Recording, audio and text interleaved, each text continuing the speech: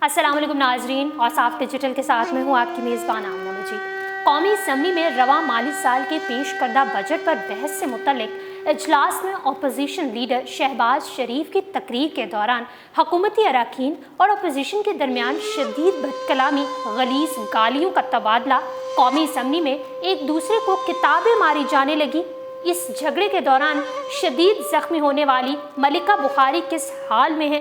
کیا ان کی ایک آنکھ ضائع ہو گئی؟ یہ سب ہم آپ کو دکھائیں گے اور بتائیں گے۔ تاہم تفصیلات میں جانے سے قبل آپ سے گزارش ہے کہ ہمارے چینل سبسکرائب کر لیں اور ساتھ میں بیل کے آئیکن کو کلک کر لیں تاکہ ہماری تازہ ترین ویڈیوز آپ تک بر وقت پہنچتی رہیں۔ قومی اسمبلی میں رواں مالی سال کے پیش کردہ بجٹ پر بحث سے متعلق اجلاس میں اپوزیشن لیڈر شہباز شریف کی تقریر کے دوران حکومتی اراکین اور اپوزیشن کے درمیان شدید بد کلامی اور کشیدگی دیکھی گئی۔ اسپیکر کو اجلاس کچھ دیر کے لیے ملتوی بھی کرنا پڑا۔ ناظرین، اسپیکر اسد کیسر کی زیر صدارت قومی اسمبلی کا اجلاس ہوا، جس میں اپوزیشن لیڈر شہباز شریف نے تقریر کا آغاز کیا تو وفاقی وزراء سمیت پاکستان تحریک انصاف کے اراکین نے ایوان میں شور شرابہ شروع کر دیا اور ڈیسک پر بجٹ کتاب بجاتے رہے۔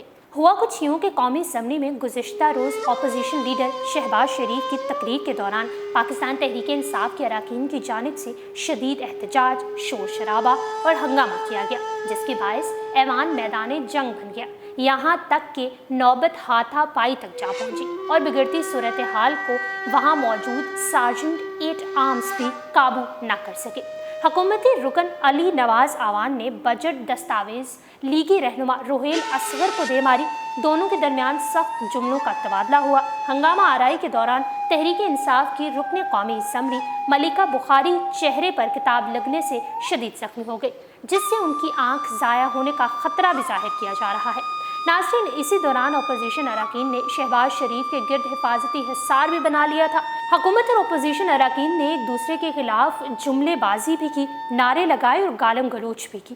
دوسری طرف حکومتی وزراء اراکین ڈیسک اور سیٹیاں بجاتے رہے اور سونے پر سہاگا حکومتی اراکین نے اسپیکر قومی اسمبلی کی ایک نہ سنی۔ اس موقع پر اسد کیسر نے ایوان کو چلانے کی خوب کوشش کی اور حکومت اور اپوزیشن اراکین سے تحمل کا مظاہرہ کرتے ہوئے اپنی نشستوں پر بیٹھنے اور اپوزیشن لیڈر کی تقریر سننے کا کہا، مگر سب بے سود رہا۔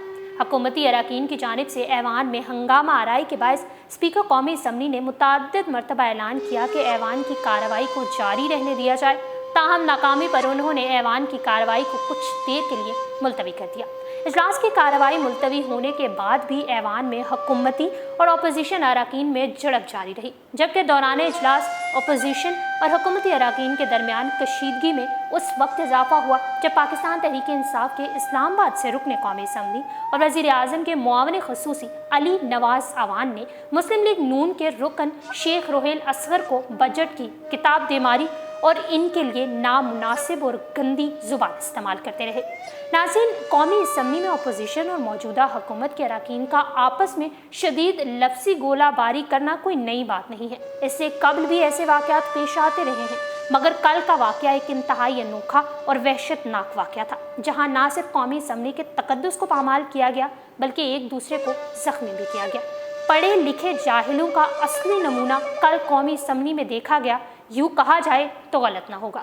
کل کا یہ افسوسناک واقعہ پاکستانی عوام کی بھی توجہ حاصل کرنے میں خوب کامیاب رہا اور ٹویٹر پر ٹاپ ٹرینڈ بنا رہا۔ عوام نے قومی اسمبلی میں قائد حزب اختلاف کی تقریر کے دوران حکومتی اراکین اور وفاقی وزراء کی اپوزیشن سے ہونے والی زور آزمائی کو ٹویٹر پر اولمپک لیول کی ایتھلیٹس قرار دیا، تو وہیں مسلم لیگ نون کے رکن قومی اسمبلی خیل داس کوہستانی نے وفاقی وزراء کی جانب سے بجٹ کی کاپیاں ڈیسک پر مارنے کے حوالے سے ٹویٹر پر کہا، شاباش شاباش، وزیر تعلیم اور وزیر ماحولیاتی تبدیلی بجٹ کاپیوں کو ڈیسک پر مار کر اپنے نااہل کپتان عمران خان اور نکمی حکومت کے خلاف عوام دشمن بجٹ پر احتجاج کر رہے ہیں۔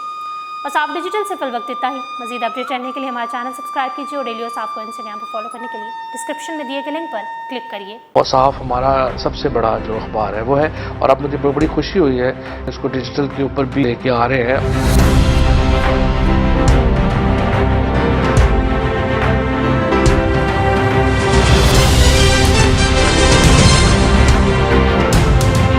شوبز، سپورٹس، بزنس، مقامی اور عالمی خبروں کے لیے دیکھیے وصاف ڈیجیٹل۔